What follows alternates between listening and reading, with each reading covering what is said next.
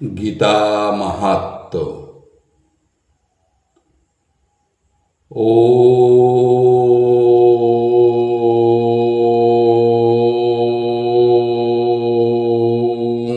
শ্রী পরমাত্মনে নমঃ।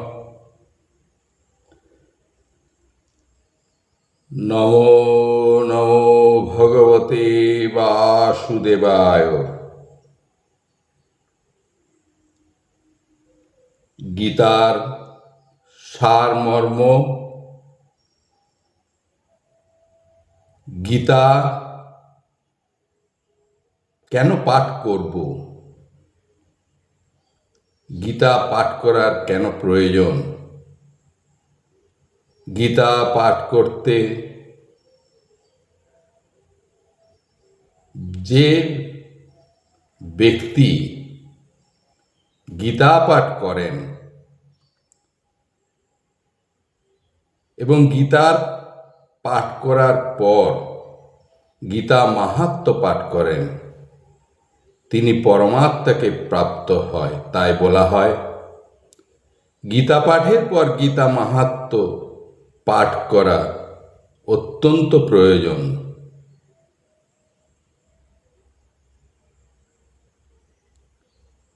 এই গীতা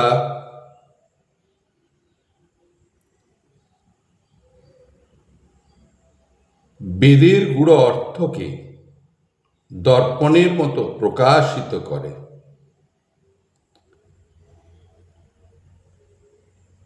এই গীতা শাস্ত্র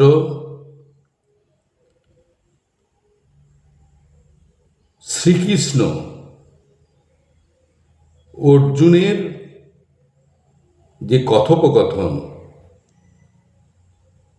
তাই এতে বর্ণিত হয়েছে। এই গীতার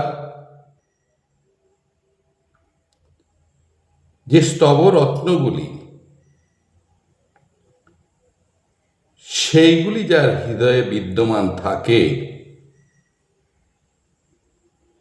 তিনি পরমাত্ম প্রাপ্ত হন।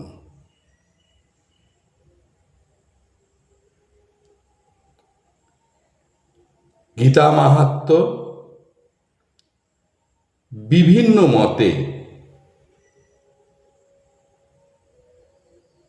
বিভিন্নভাবে বর্ণনা করা হয়েছে।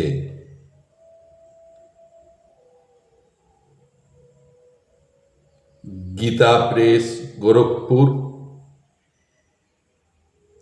বৈষ্ণব মতে আরও বিভিন্ন রূপে, বিভিন্ন মতে বিভিন্নভাবে গীতা মাহাত্ম্য বর্ণনা করা হয়েছে।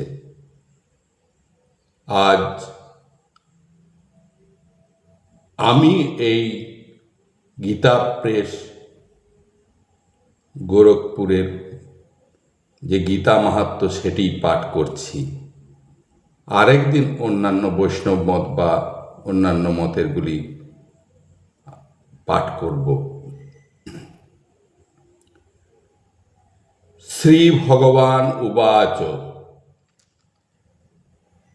ন বন্ধো হস্তি ন মোক্ষো হস্তি ব্রহ্মৈবাস্তি নিরাময়ম নৈকমস্তি ন চ দ্বিত্বং সচ্চিৎকারং বিজৃম্ভতে গীতাসারমিদং শাস্ত্রং সর্বশাস্ত্র সুনিশ্চিতম যত্র স্থিতং ব্রহ্মজ্ঞানং বেদশাস্ত্র সুনিশ্চিতম ইদং শাস্ত্রং ময়া প্রক্তং গুহ্য বেদার্থ দর্পণম যঃ পঠেৎ প্রয়তে ভূত্বা স গচ্ছেতি বিষ্ণু শাশ্বতম। শ্রী ভগবান বললেন, বন্ধন নেই, মুখ্য নেই, কেবল নিরাময় ব্রহ্মই সর্বত্র বিরাজমান। অদ্বৈতে নেই, দ্বৈতেও নেই, কেবল সচ্চিদানন্দে এই সকল স্থান পূর্ণ হয়ে আছে। গীতার সারভূত এই শাস্ত্র হল সকল শাস্ত্রের দ্বারা সুষ্ঠুভাবে সুনিশ্চিত সিদ্ধান্ত। বেদ ও শাস্ত্রের দ্বারা ভালোভাবে নিরূপিত ব্রহ্মজ্ঞান এতে বিদ্যমান। আমার দ্বারা কথিত এই গীতা শাস্ত্র বেদের গূঢ় অর্থকে দর্পণের মতো প্রকাশিত করে। যে পবিত্র হয়ে ইন্দ্রিয় এবং মনকে বশীভূত করে এর পাঠ করে, সে সনাতন ভগবান বিষ্ণুস্বরূপ আমাকে প্রাপ্ত হয়। এতৎ পুণ্যং পাপহরং ধন্যং দুঃখ প্রণাশনম পঠতং শৃণ্বতং বাপি বিষ্ণোর মাহাত্ম্যমুত্তমম। অষ্টাদশ পুরাণানি নব্যব্যাকরণানি চ নির্মথ্য চতুর্বেদান মুনিনা ভারতং কৃতম। ভারতোদধি নির্মথ্য গীতা নির্মথিতস্য চ সারমুদ্ধৃত কৃষ্ণেন অর্জুনস্য মুখে ধৃতম। মল নির্মোচনং পুংসাং গঙ্গা স্নানং দিনে দিনে সকৃদ গীতাম্ভসি স্নানং সংসারমলনাশনম। গীতা নাম সহস্রেণ স্তবরাজ বিনির্মিতঃ যস্য কুক্ষৌ চবর্তেত সোऽপি নারায়ণস্থিত। ভগবান বিষ্ণুর এই উত্তম মাহাত্ম্য গীতা শাস্ত্র পাঠ করলে এবং শ্রবণ করলে পুণ্য সঞ্চয় হয়, পাপ বিনষ্ট হয়, মানুষ ধন্য হয়ে যায় এবং তার সমস্ত দুঃখ বিদূরিত হয়।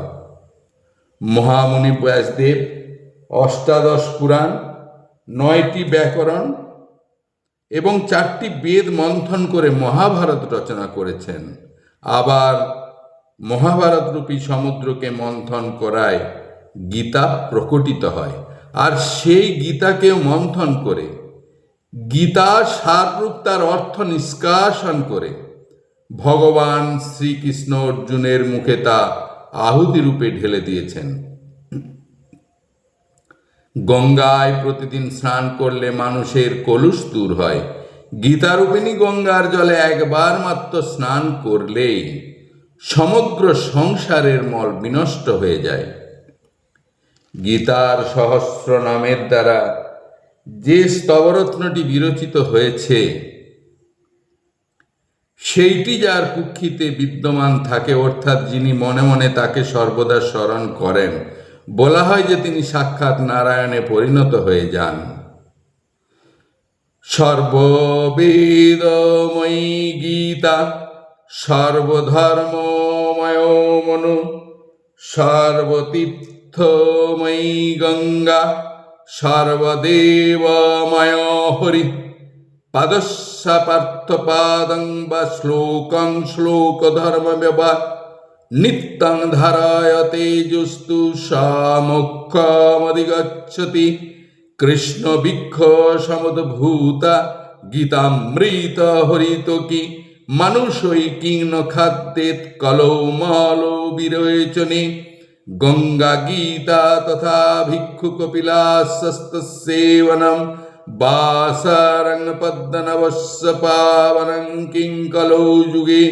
গীতাসু গীতা কর্তব্যা কিমন্যৈ শাস্ত্র বিস্তরৈ। যাস্যায়ং পদ্মনবস্য মুখপদ্মাদ বিনিশ্রিতা। আপদং নরকং ঘোরং গীতাধ্যায়ী ন পশ্যতি।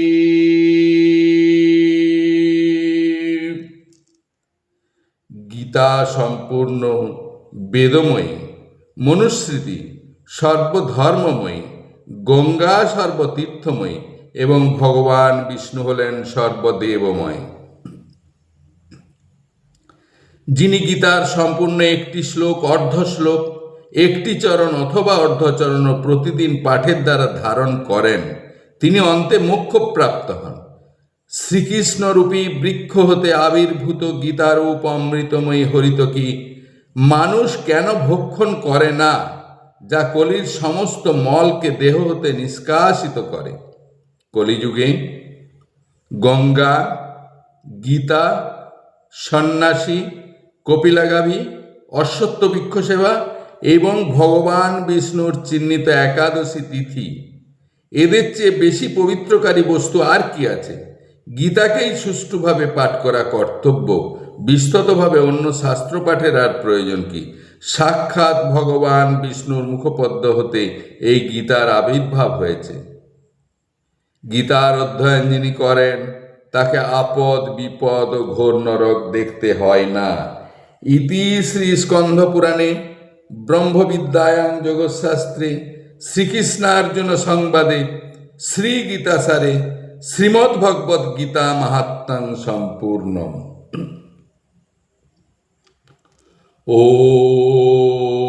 ওম শ্রী পরমাত্মনে নমঃ।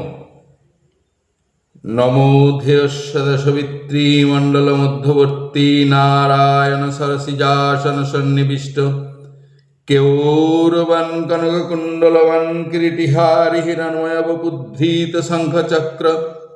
নমো ব্রহ্মণ্য দেবায় গোব্রাহ্মণ্য হিতায় চ জগদ্ধিতায় শ্রীকৃষ্ণায় গোবিন্দায় নমো নমঃ। নমো পাপহং পাপকর্মাহং পাপাত্মা পাপ সম্ভব ত্রাহি মাং পুণ্ডরিকাক্ষং সর্বপাপহরো হরি। ওম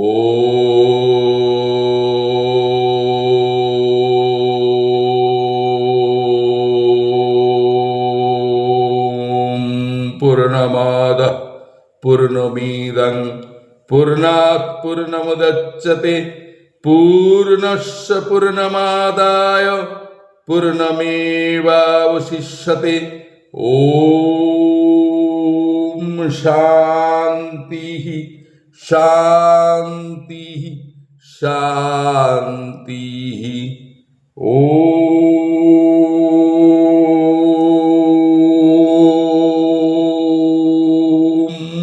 সহনা ভবতু সহনৌ ভুনক্তু সহ বীর্যং করবাবহৈ তেজস্বিনাবধীতমস্তু মা বিদ্বিষাবহৈ। ওম শান্তি শান্তি শান্তি। ওম শ্রী পরমাত্মনে নমঃ।